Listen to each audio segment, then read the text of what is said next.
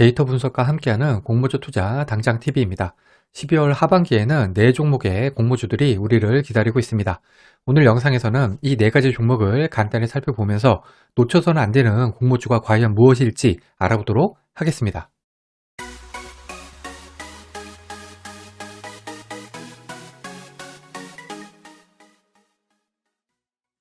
구독, 좋아요, 알림 설정은 저에게 큰 힘이 됩니다. 먼저 12월 하반기 청약 캘린더입니다. 12월 14일 화요일이 교보 11호 스펙하고 하이 제7호 스펙 환불일이고요. 12월 16일, 17일 양일간 NEC 스펙 22호하고 하나금융 20호 스펙 청약이 예정이 되어 있습니다. 20에서 21일에는 레몽레인하고 에드바이오텍 청약이 예정이 되어 있는데요. 애니스펙 22호하고 하나금융 25 스펙 환불금으로 두 종목 청약이 가능합니다. 그리고 12월 23일에는 레몽레인하고 에드바이오텍 환불금이 입금이 됩니다. 종합을 하자면 NH스펙 22호하고 하나금융 25 스펙 청약이 겹치고요. 에드바이오텍하고 레몽레인 청약이 겹칩니다. 상장하는 종목 비교를 간단히 해보겠습니다. 12월 하반기에도 스펙이 두 종목이 있습니다. 에드바이오텍은 동물용 의약품 제조업체고요. 레몽레인은 컨텐츠 제작업체입니다. 공모가는 스펙주는 2,000원으로 확정이고요. 에드바이오텍은 상당 기준으로 8,000원, 레몽레인은 13,000원입니다. 공모 규모가 120억, 60억, 109억, 156억으로 작고요. 시가총액 역시 129억, 61억, 727억, 812억으로 시가총액 역시 크지가 않습니다. 먼저 업종을 비교해 보겠습니다. 업종 같은 경우에는 요즘 핫한 컨텐츠 관련주인 레몽레인이 가장 좋아 보입니다. 하지만 레몽레인 같은 경우에는 코넥스 이전 상장 기업이기 때문에 상장일 유통하는 물량이 조금 많은 편입니다. 에드바이오텍 역시 코넥스 이전 상장 기업인데다가 업종도 동물용 의약품으로 매력이 조금은 떨어지는 듯합니다. 그리고 스펙주는 이제 더 이상 좋은 수익을 내주기는 어려워 보이고요. 이번에는 공모 규모입니다. 공모 규모 같은 경우에는 공모 규모가 클수록 배정 수량이 많기 때문에 장점으로 작용할 수가 있죠. 하지만 4종목 모두 공모 규모가 120억, 60억, 109억, 156억으로 21년 상장한 기업들의 평균값인 787억과 비교했을 때 작은 편임을 알 수가 있습니다. 그리고 21년 6월 이후 상장한 종목들의 평균 청약 건수가 31만 건입니다. 4종목의 균등 배정 수량이 75만 주, 37.5만 주, 17만 주, 15만 주인 점을 고려할 때 청약 건수가 31만 건이 들어온다면 4종목 모두 배정 수량은 작을 것으로 예상이 됩니다. 이거는 설령 이 4종목의 기간 수혜지 결과가 별로여서 경쟁률이 낮게 나온다고 하더라도 최근 청약 건수 추세로 볼 때 여전히 배정 수량은 작을 것으로 예상이 됩니다. 이번에는 구주 매출 비율입니다. 구주 매출이 높다는 것은 공모 금액이 기업이 아니라 기존 주주, 즉 구주에게 간다는 것이죠. 21년 상장한 기업들의 평균값이 14.05%였습니다.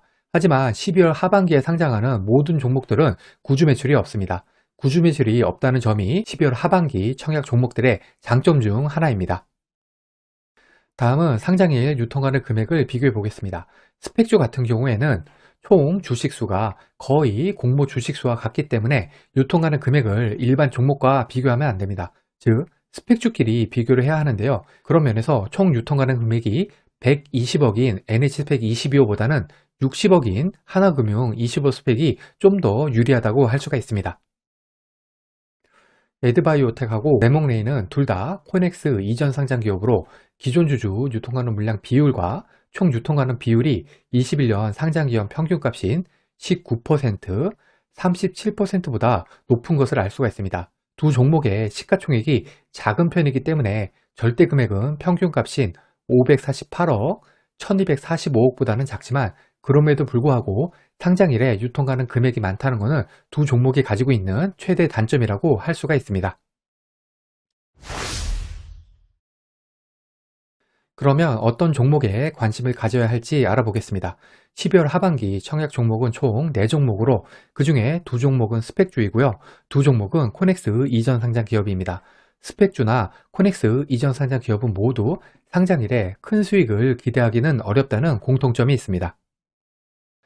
에드바이오텍 같은 경우에는 오늘 코넥스 시장 주가가 8,180원으로 공모가 산단인 8,000원보다 단 2% 정도 높을 뿐입니다.